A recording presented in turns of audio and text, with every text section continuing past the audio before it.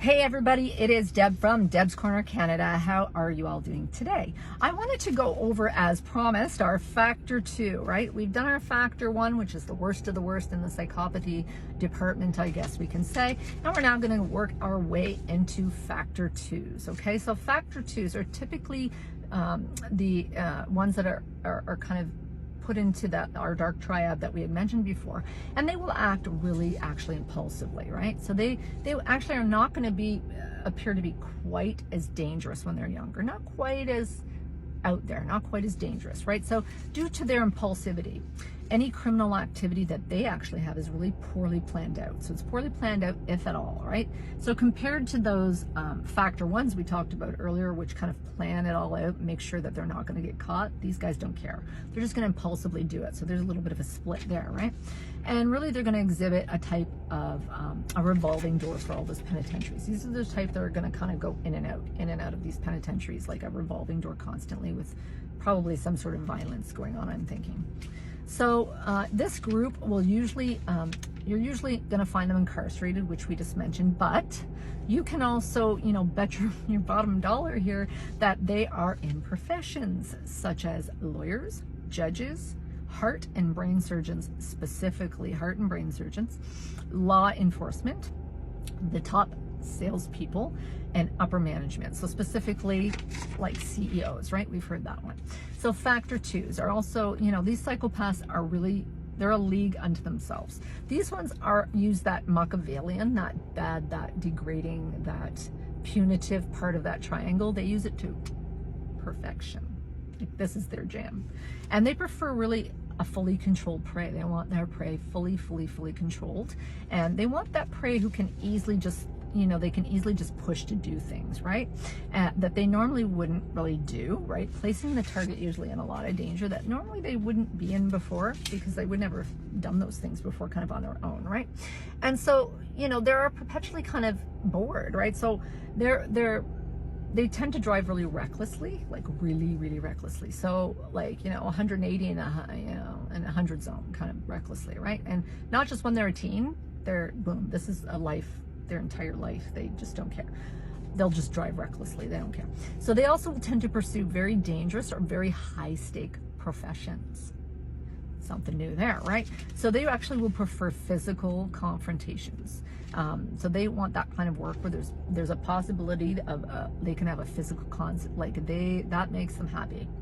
Like, they're just looking, they're spoiling for a fight. They're spoiling to fight almost all the time, and this will give them that outlet, right? And they can do it with kind of staying under the radar, right? That's what they do. Think of like maybe I don't know, bodyguard or something, right? Would probably like something like that. All right, so they're gonna really spend money recklessly, extremely recklessly, these guys. Like, the minute they get it, it's gone, because they'll have sources that they're pulling it from other people, right? And actually, usually they are high earners, a lot of them as well. The fact, it just depends. All right, so they're gonna do a lot of thrill seeking, that's for sure, right? So with stuff like skydiving, speeding, we mentioned earlier, they speed a lot, and very risky sexual behavior. Like, I'm talking, I don't know, 5 different partners a day, if that kind of thing. That's probably minimum. I don't know how that works. So they tend to be very parasitic in their lifestyles, and they will borrow money that they have nothing, nothing. No intention of ever returning it. And it's not like, say, I don't know, you borrowed a little bit of money and the person knew you couldn't pay it back, or you promised them you'd pay it back, or you made payments, but you'd probably be worried about it and try to make the attempt at the very least. Even if they have $1 billion in their bank account, their intention at the beginning was never to pay you back. Not gonna happen. Never gonna happen. So, and they're fine with that, right? So they have zero intention of ever returning a dime or anything, things they borrow. There's just nothing. They don't care. All right, so they're gonna spend really quickly. They're gonna spend very irresponsibly. And they also will have no fear, right? So they'll have no fear at all uttering, say, a bodily death threat or a serious harm threat. They have no problem uttering it, and they will probably follow through with it. So you need to be very careful. All right, so the defining line though here, like between that kind of that, I know we moved up from like a sociopath, and then we did the And then you've got your factor 2 and your factor 1s, the ones being the worst, right?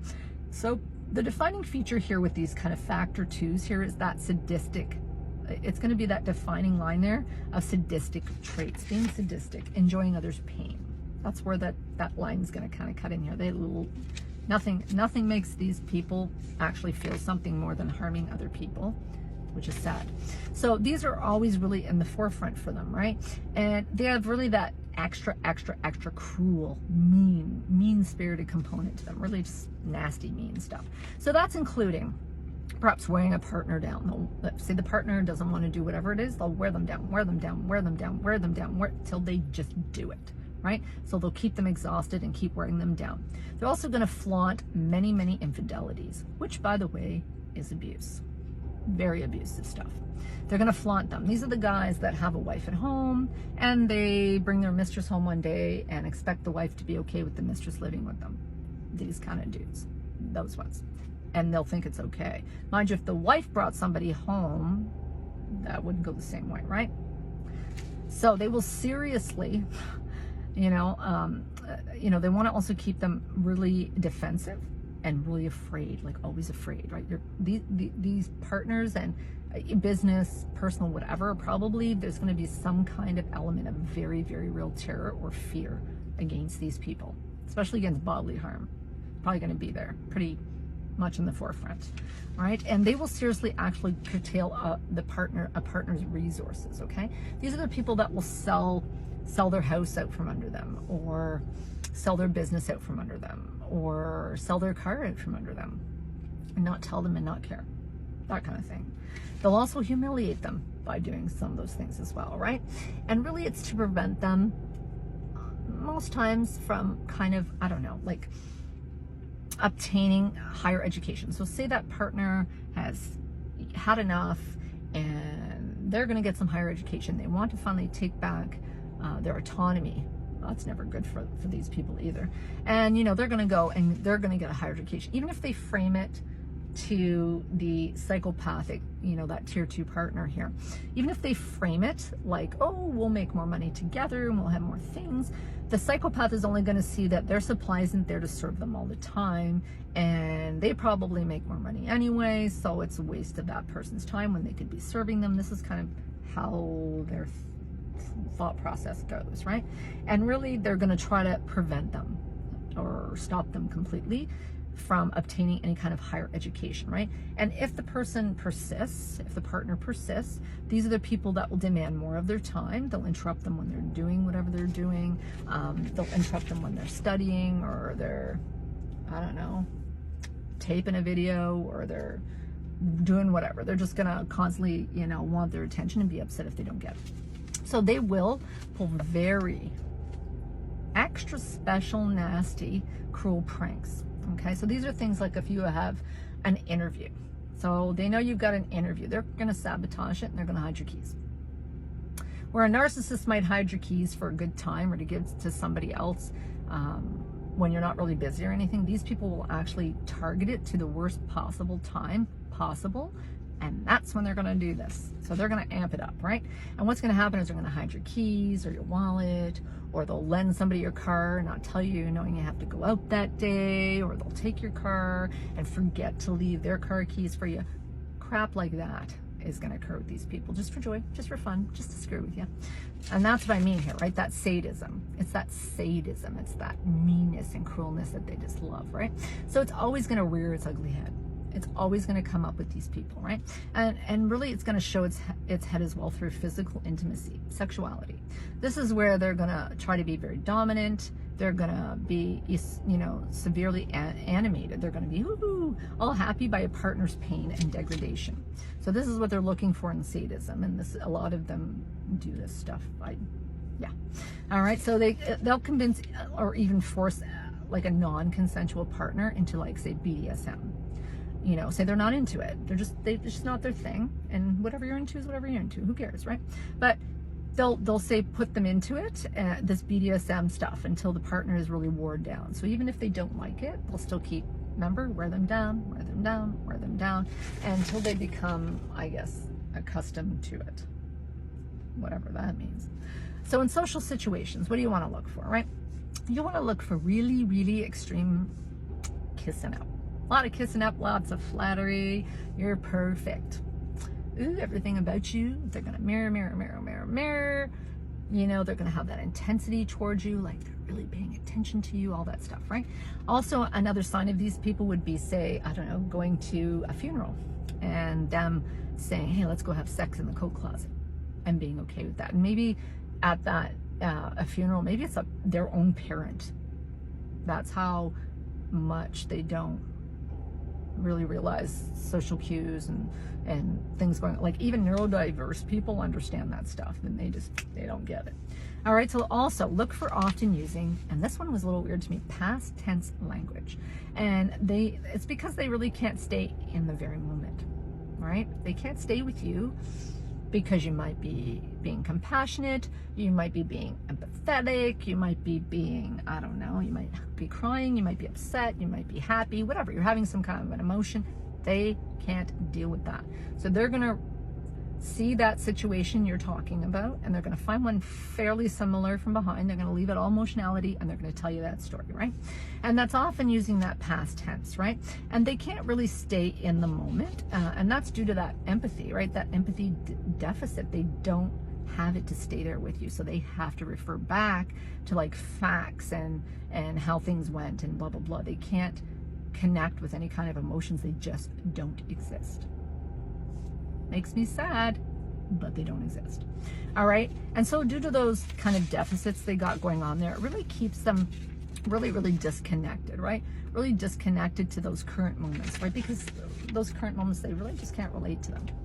All right, so they do have some tells. So there are some tells, and there's ways you can actually identify a psychopath. There's actually a few ways. All right, so one being, so as a special note here, you can actually in the frontal lobe of a brain scan see a psychopath, a difference, okay? So you can really, and it's so different, it's incredible. Like, I don't know how I have a neurodiverse brain, so I don't know how it's comparatively to that, but I do know that compared to a neurotypical person's brain, it is like night and day, apparently. Night and day, you can tell right away. All right, but that doesn't help the rest of us. We all can't walk around with brain scanners. It would be great if we could, but all right. So some less known kind of discussed characteristics or even mentions here being they'll have a serious lack of recognition of fear. So they don't recognize that they really should be afraid. Somebody could show up at their door with a weapon and they're probably not going to bat an eyelash. They're probably not going to bother. You know, where other people would panic and freak out, they'd be just like really calm and whatever, because they just think that nothing can hurt them. They can handle this. Like nothing bothers them. They're the best. They're all there is, right? And so they'll have no real fear, which you know isn't good. They'll also tend, and this one's a little neat, to speak very slowly and very quietly. So that's to force a target to pay closer attention, right? So when I said that quietly quiet, what did you do? You had to pay a little more attention, right? That's what they're doing. So when they're slow, quiet, they're trying to dominate. They're trying to keep you in that spot where you need to be, which is paying attention to every syllable that they're uttering to you. Yeah, no. So due to those really serious deficits in that orbital front cortex area, it's going to cause issues with them also. And this one was a little different for me. Identifying smells. Identifying smells. Fascinating. All right, so you're going to find, surprisingly, or maybe not so surprisingly, right, that if you're looking at, say, a prison population itself, you're going to find about 70% that would fall kind of into this label, for sure, right? But most are really kind of, honestly, globally speaking, in our general population. This is why we need to know more. Okay, so there are spouses, there are bosses, there are leaders, right? There are judges. We need to get it sorted, right? These are the people that, you know, I guess sometimes can do the things that we don't want to do, like maybe more empathetic people. And I'm sure there's a purpose, but with harming people and stuff, that's got to be completely, that's got to go. All right, so really, that's your scary thought for the day, that most of them are kind of out here with us, right? And they will lie effortlessly. won't even break a sweat. They can actually, a lot of these people pass lie detector tests because they believe completely what they're saying is the truth, because they are the only truth, right? A lot of these guys can pass them, right? That's why they get away with a lot of things for a long time too, but I digress. So they will lie effortlessly, and they'll tend to be just under the radar for really, really, really horrible, awful, horrific, immoral conduct. They will be try to hide deep under there, baby. They don't want to be caught for that, but you know, they'll just kind of hide, right? And so, you know, without any morals or any conscience, you know, or emotions even, right? Or even a belief system. They don't even have a belief system beyond themselves. Their belief system is them. They are the be all, the end all, the alpha, the omega. They don't believe in the source. They don't believe in the universe. They don't believe in anything beyond themselves. They are, you know, an island unto themselves, I guess we could say, right? And so really, you know, their creed here, and what these guys believe the most of all, is that they follow what's called the cause and effect cycle. And that's it. And a cause and effect cycle, really, and that removes the human. Okay, it's going to remove human compassion, empathy, actual interest in another person. Nah, they're not that. It's only going to focus on facts and how much supply they can get. It's not going to focus on anything else. They're just focusing on cause and effect, and that's how they work out everything. Absolutely everything. There's no emotions, no spirituality. There's nothing else involved. Just cause and effect. All right. So also before the age of 33, especially, and this was odd, they actually have found out that they have they'll actually tend to have a higher mortality rate before the age of 33, right? And also they're going to have a 9 times higher like chance of mortality before 33. That's a fairly significant jump from everybody else, right? And really that's because they tend to be very highly really thrill seeking, right? Having no issues like pressuring partners also into that high risk behavior, right? Things like, you know, risky sexual behavior, you know, the skydiving, you know, even getting them into like really, really serious substance abuse. I don't have a problem with that either, right? Because it keeps them where they want them to be, right? So in general, they are notorious, the factor twos here, from refusing to answer. So these are the ones that sit in these police interrogations that you see just sipping a pup, worried about getting a burger, maybe lying down for a nap, but they're not talking to nobody. They're not even in the room to them. These are these people. All right, so they refuse to answer, right? But if they do answer, or they get kind of cornered, what they're going to do is have very exaggerated like hand movements. They're losing it, and their hands are everywhere. So look for those hand freakouts. All right. So, but because of those hand movements and freakouts, really, they're smoke and mirror shows, right? If you're watching their hands and you're worrying about what they're physically doing, well, then you're not going to be able to completely pay attention to what's coming out of their hole, right? You're not going to be able to. So they will have an exaggerated, like really exaggerated facial expression. Smiling will be like, if they're like, you know, sad, it'll be actually, like, they're really going to exaggerate whatever it is. They're gonna win an Oscar for whatever that is, right? And it's going to be really peppered around here with switching. They're going to switch topics on you constantly. So if they don't like this topic, it doesn't make them look good, they're not interested in it, they're just going to switch. And not because they have like ADHD and can't remember or something.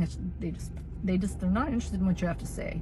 And you might be getting too close to maybe something they don't want you to know, and they're going to switch topics. More smoke and mirrors, right? They're also going to have a lot of inconsistencies in their stories, right? So one day the story will be this, the next day the story will be this, you know, and it's always going to fit kind of their own narrative of what they're trying to get away with or what they're trying to accomplish. That's where it's going to go. All right, so they're going to also wave this disorder like a badge. They're going to wear it. They're going to wear it like a nice badge or an Oscar that they've just won, right?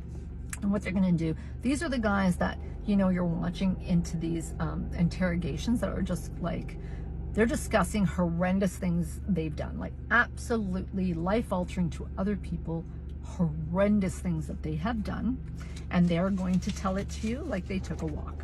It's going to be small talk. It's going to be nothing more than them telling you about their day. It's going to sound exactly the same because people are objects, right? And so you can't care about objects. So what is the problem?